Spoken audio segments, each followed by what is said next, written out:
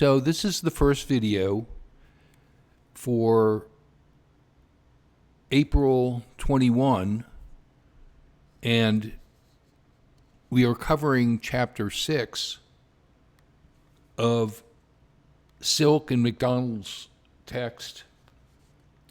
AI, Chapter 6 deals with AI and humanity. It's the last chapter in the book. So far, we've mostly discussed ethical issues involving AI from the perspective of how the models AI produces are created, the biases that they can produce, the consequences of their error, and their lack of transparency. However, we haven't considered in depth how AI can affect humans themselves. We've inquired into what impact AI can have on democracy, but that inquiry only begins to suggest the range of possible ethical issues involving how AI can affect our behavior for better or for worse, and considering the consequences of artificial intelligence for human beings and human life. How can an algorithm affect your behavior? Is it okay if it does, and if so, should algorithms be designed to make us better or less selfish?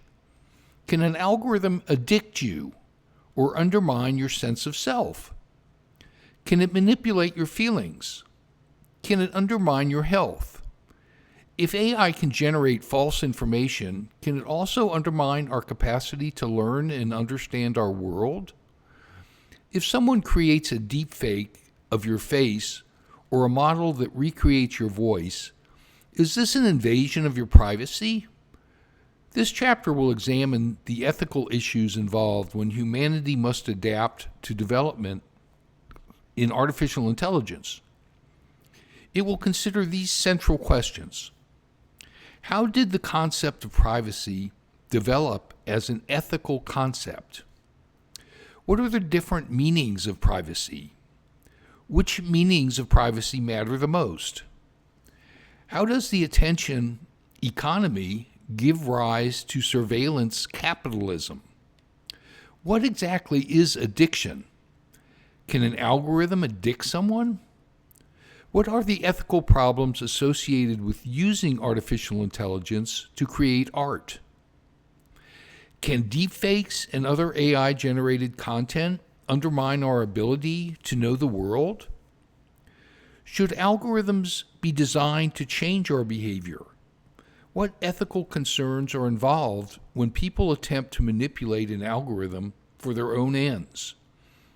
How does the interaction of AI and humans give rise to potential ethical concerns?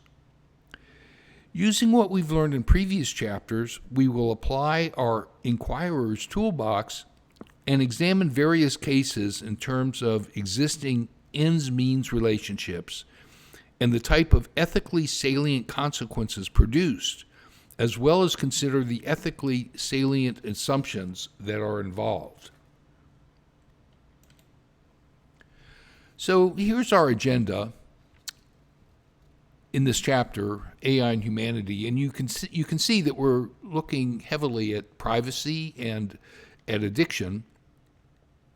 We're going to be looking at the origins and functions of privacy, and in that vein, we're going to be looking at the meanings of privacy, the scope of privacy, what exactly is the concept of privacy.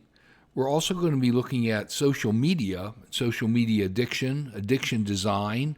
You've no doubt heard quite a bit in the media, particularly with respect to Facebook, that they actually design their algorithms with the intent of addicting young people. And they've been taken to task on that a couple of times. And we're gonna look at the ethics of addictive design. This is something that comes up in the news about AI often. We're going to be looking at some suggested solutions to this. We're also going to be looking at generative AI, the notion of deep fakes, art and media. AI can produce art and can produce media. and not always in a good sense. We're going to be looking at AI producing writing, and again, looking at generative AI and its impact on humanity, epistemic harms that it can cause, and algorithmic manipulation, so-called chasing the algorithm.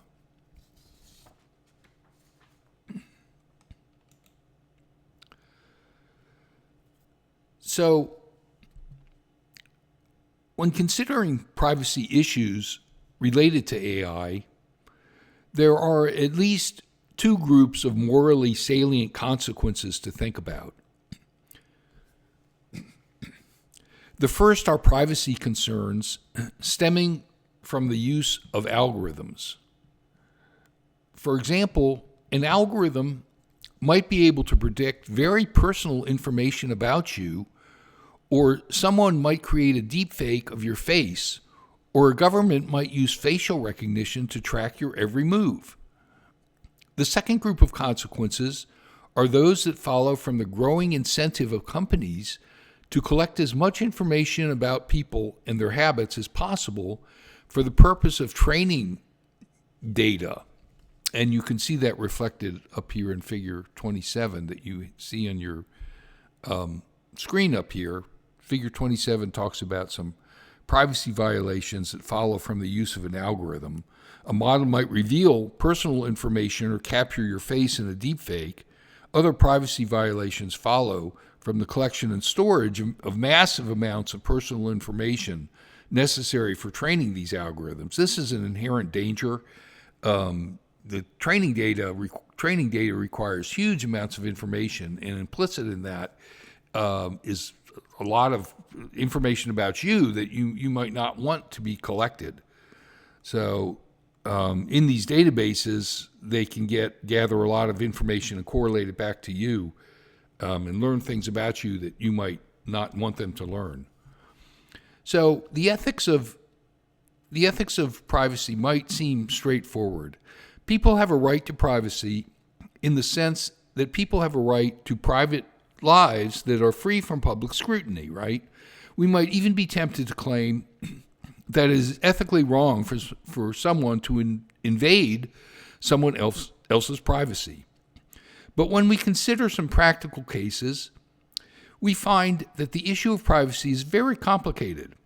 Consider the following situation. Excuse me. You need to open your bag for airport security. Is this an invasion of your privacy? I would say yes. You might say yes, but given that this is an everyday occurrence that most people would accept, let's assume it isn't. Why not? Given that an airport has a vested public interest in the safety of air travel, perhaps there is no reasonable expectation of privacy in those circumstances. But what if airport security requires you to provide the password for your phone or laptop? Is that an invasion of privacy? Now you don't just have to open your bag, you must provide confidential information. You might think that this is a step too far and you shouldn't have to provide that information. But let's compare these two cases. In both instances, the authorities are asking similar questions and for similar reasons. So what is the moral difference between being forced to open your bag and being forced to provide a password, particularly if we continue to hold the assumption that an airport is inherently not a private place? Are there different levels of privacy, and does it matter where we are? What if your roommate were to enter the room, open your personal journal, and read it? Would that be a violation of your privacy?